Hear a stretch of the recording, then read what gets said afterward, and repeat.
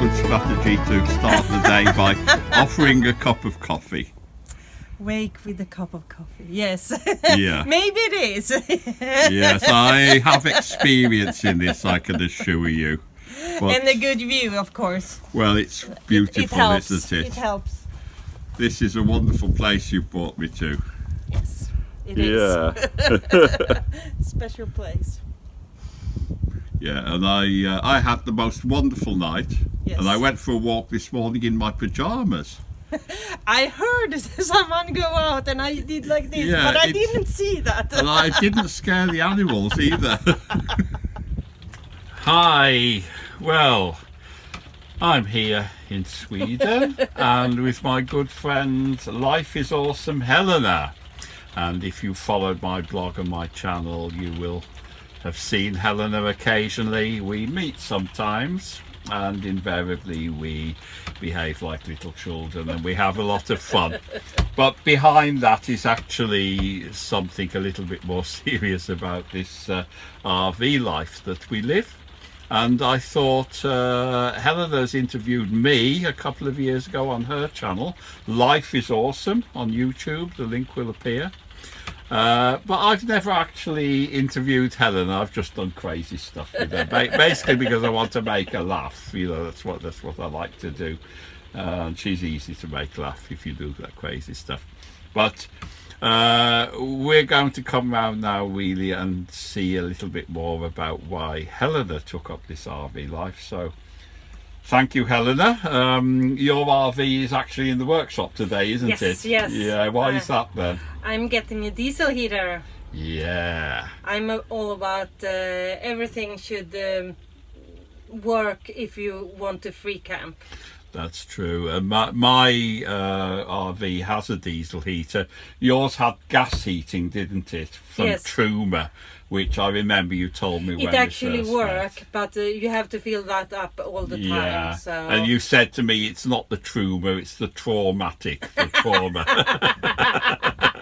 Anyway, we're sitting in my RV and we're sitting on the harbour side in Oxelösund, which is near Nyköping in Sweden. It's about 100 kilometres south from Stockholm, and we're having a nice time here. So, Helena, what I'd like you to just quickly tell me is something about what you generally do with your RV and your YouTube channel, and just a bit of an introduction to your life. Okay, so I work as a nurse, and I did work as a higher nurse.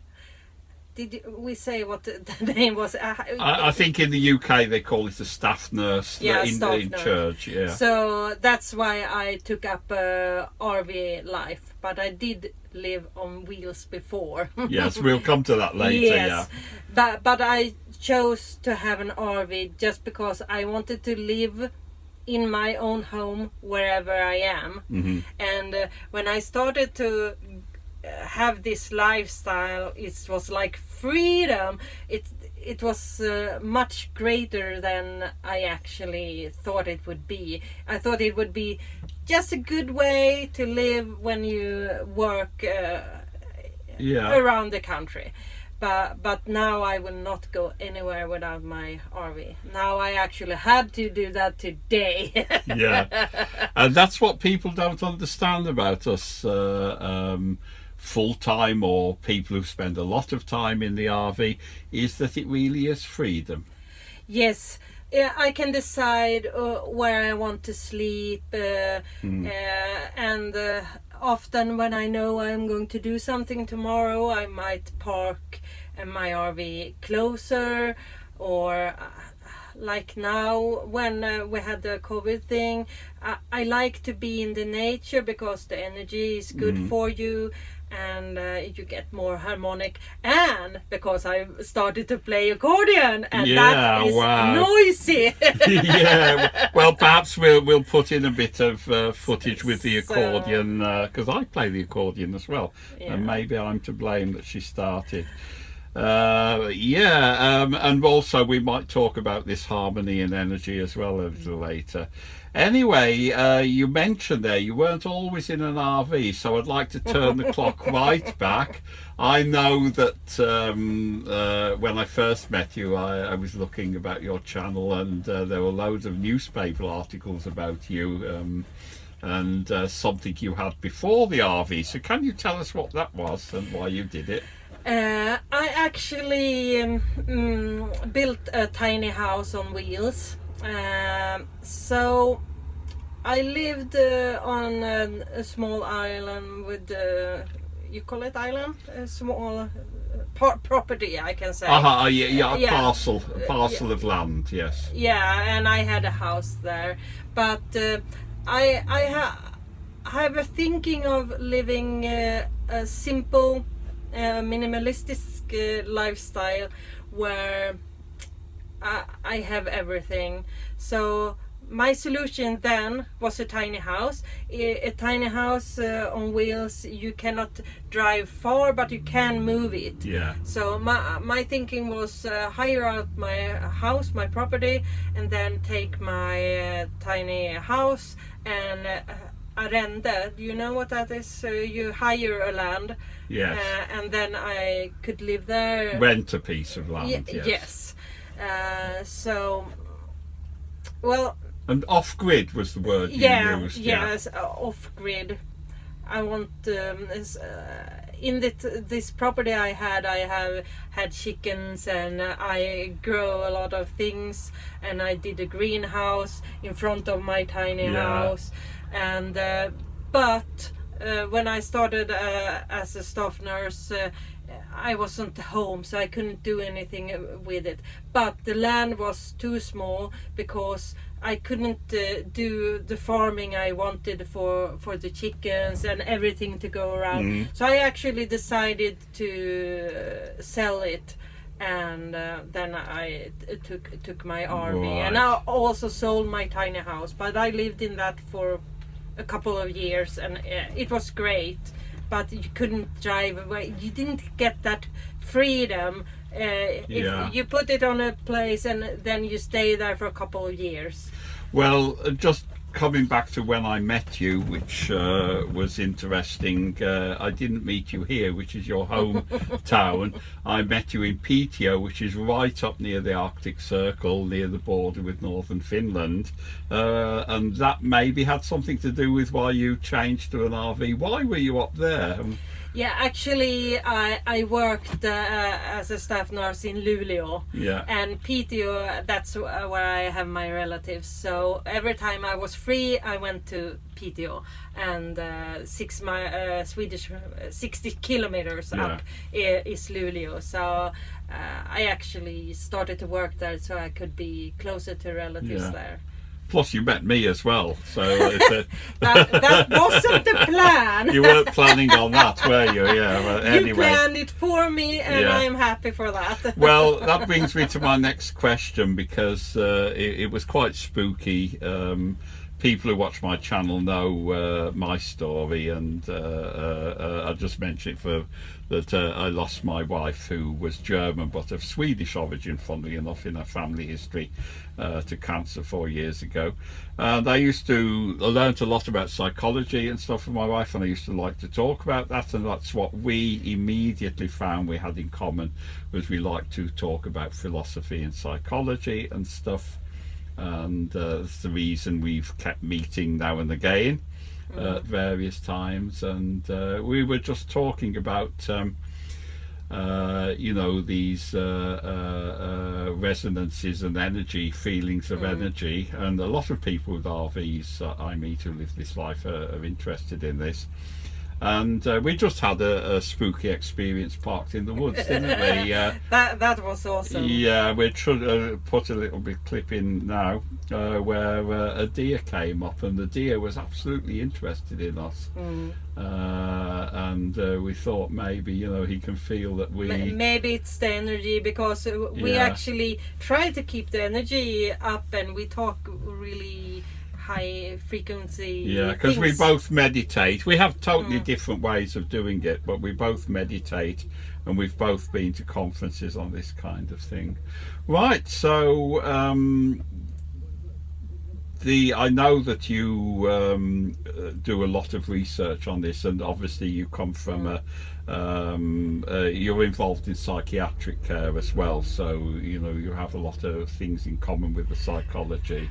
But about this with high energy and so on, actually most people doesn't know, but it has come new science that isn't out in the society that we talk about and actually want to get out and.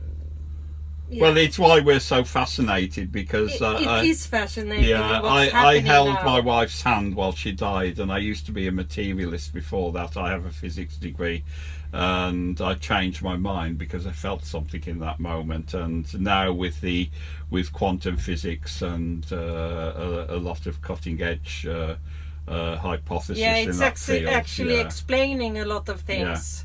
Yeah. So I think both of us now are so interested that we want to, you know, learn a lot more and get in touch with this side of our feelings and stuff. And particularly in these times of COVID, we don't want to say anything, you know, provocative about COVID or anything, but we both have to adapt our lives to deal with it. And the RV life is a great way because we live in our bubbles, don't we? So yes. Could you, just to finish off the video, give me a little idea of what you're planning for the future and how you see the future developing for you personally? So I am all about freedom. So I actually don't want to work. I love my work as a nurse. It really gives me something to help people. But I actually think I can help people in another way if I have my free time.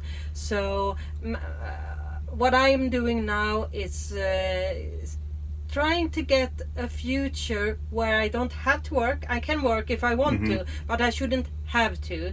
So I am working as a staff nurse, and I get a good salary, and I put that on the stock market. And I try to make more money on the stock market, and my plan is to maybe buy some land and hire that out. But for myself and my freedom feeling, I am going to buy a land with a barn, and the barn will be a greenhouse, a big greenhouse, where I can do all my farming and everything I want to eat should be inside there. But the RV will still be in my life because that's where I live. So I will drive in my greenhouse, and then I will have all my farming stuff, and I can have rooms there with stuff, but I will live in the RV. So when I go away, I take my home with me. But I will have some chickens and quails, and the farming. I want the poop from the chickens go to the land, and the chickens pull their feet in it, and it's perfect. And the sun and the rain comes down, and it going. Doing everything perfectly. Well, it seems that's my dream. And I want to talk with people about this stuff, and maybe have a house where awesome life. we can do workshops or something, just to raise the energy on the planet. Sounds like you're going to make an awesome life, and that's why your channel's called Life is Awesome. I think this idea with the barn was my idea, wasn't it? Actually, it was my idea. No, it wasn't. Because I remember I told my son, and he said, "Dad, that's called Tracy Island and Thunderbird 2 to drive the." What year was it? It's like this is also my idea with the. This is my great idea with having the spices here. The spices under the cooker. That was my idea. Well, before we start getting into a big argument, Ciao. How do we say it in Swedish? Hej då. Hej då. Yeah.